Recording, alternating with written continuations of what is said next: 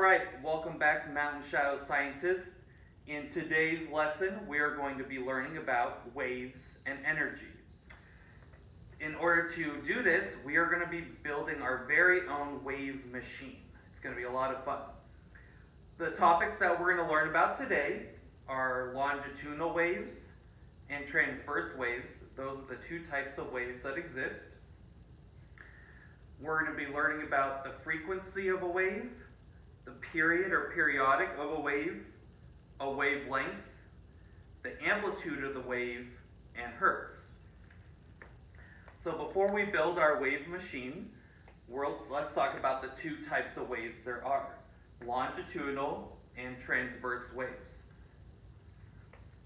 Now, a longitudinal wave is a wave that radiates from its source. So it goes horizontal and it picks up energy, picks up steam, and it collects, and it's transferring that matter with the energy. It's going, just imagine a slinky going. It's going and it piles up and it stretches out again and piles up and stretches out again, but it's all going horizontally in one direction. You can also think about this as the sun's rays. The sun is billions of miles away, but that light is coming on waves, and the heat from the sun is coming on waves. That energy is flowing from the sun in a wave, moving horizontally to us, and it's just transferring the energy, transferring the heat and the light with it to us. Now, transverse waves are different, and that's what our wave machine that we're going to be making will demonstrate is a transverse wave. A transverse wave is a wave that's moving up and down, up and down. It's transferring that energy, but the matter itself stays in place. So you can think of this, and the example of our wave machine mimics a wave in the ocean, where that wave is going up and down, but the water at the very center of that wave comes back down to its original spot. So the matter, the water, isn't actually moving, it's just the energy of the wave going up and down, up and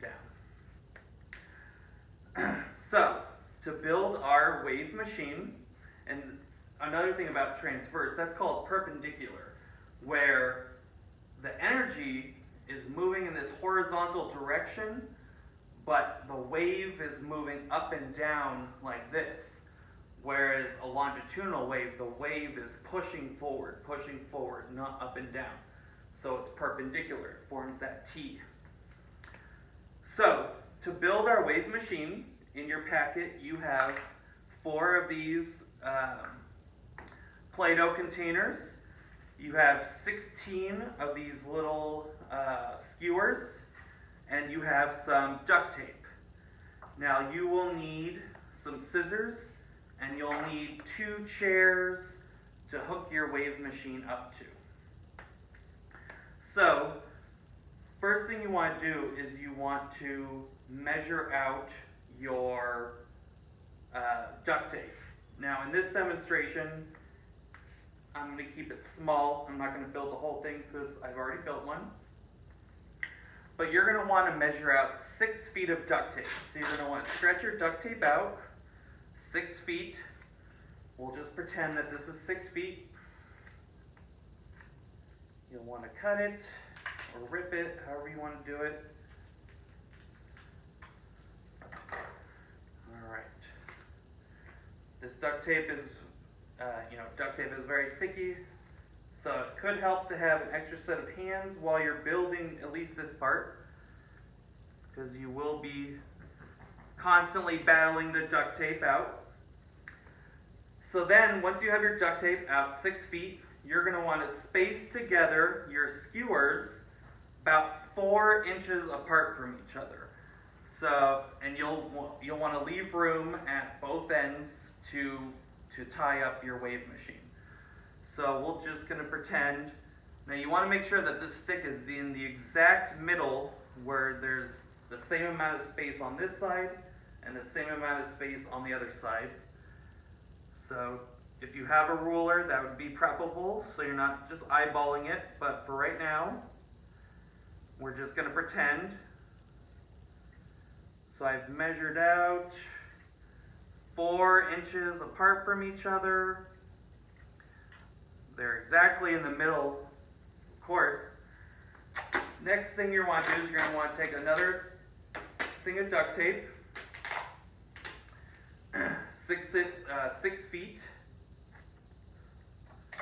and you're going to want to seal in those skewers like so.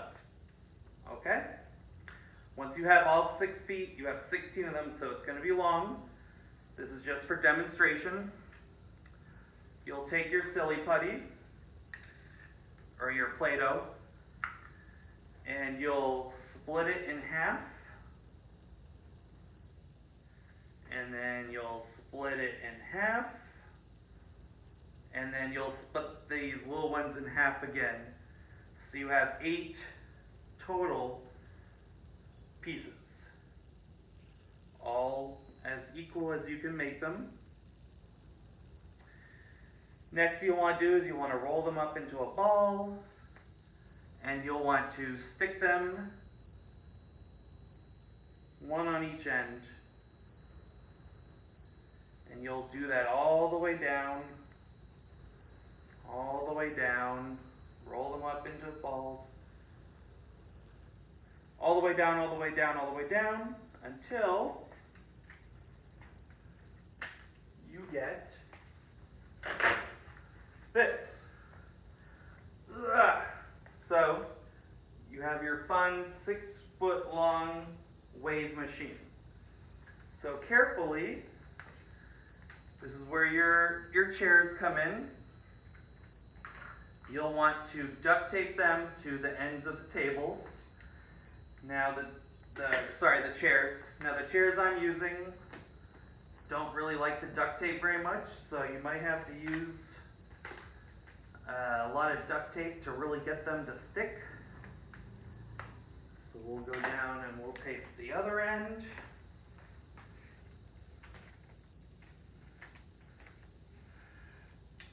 So you want to pull it so that it's nice and slack.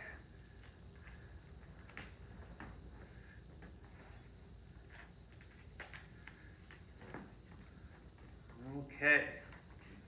And there is the wave machine that you built. How fun is this? All right, so now let's learn about the different properties of a wave and how our wave machine works. So first thing you have is frequency.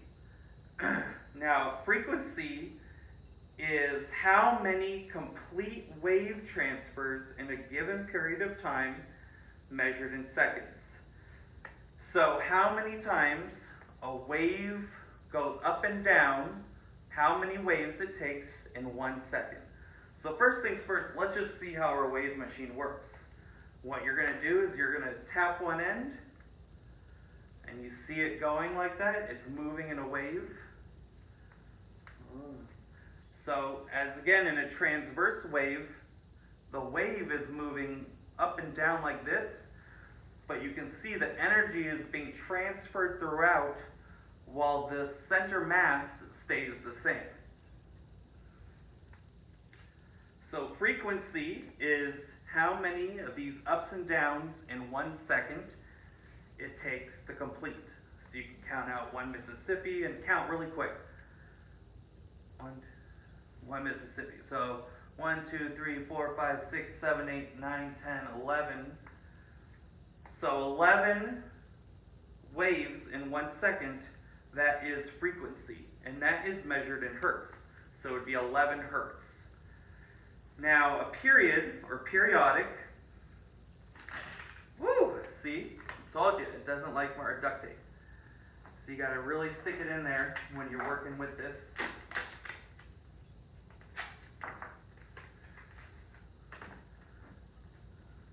Alright. Now the period of periodic is how long a wave takes to complete 1 transfer. So how long it takes for this wave to go up and down, and the energy to transfer into this wave right here. So a very short period of time, but that is called the period. So right here, from the top to the top, how long of a time period that is. Now, a wavelength is the distance between 2 points in the wave.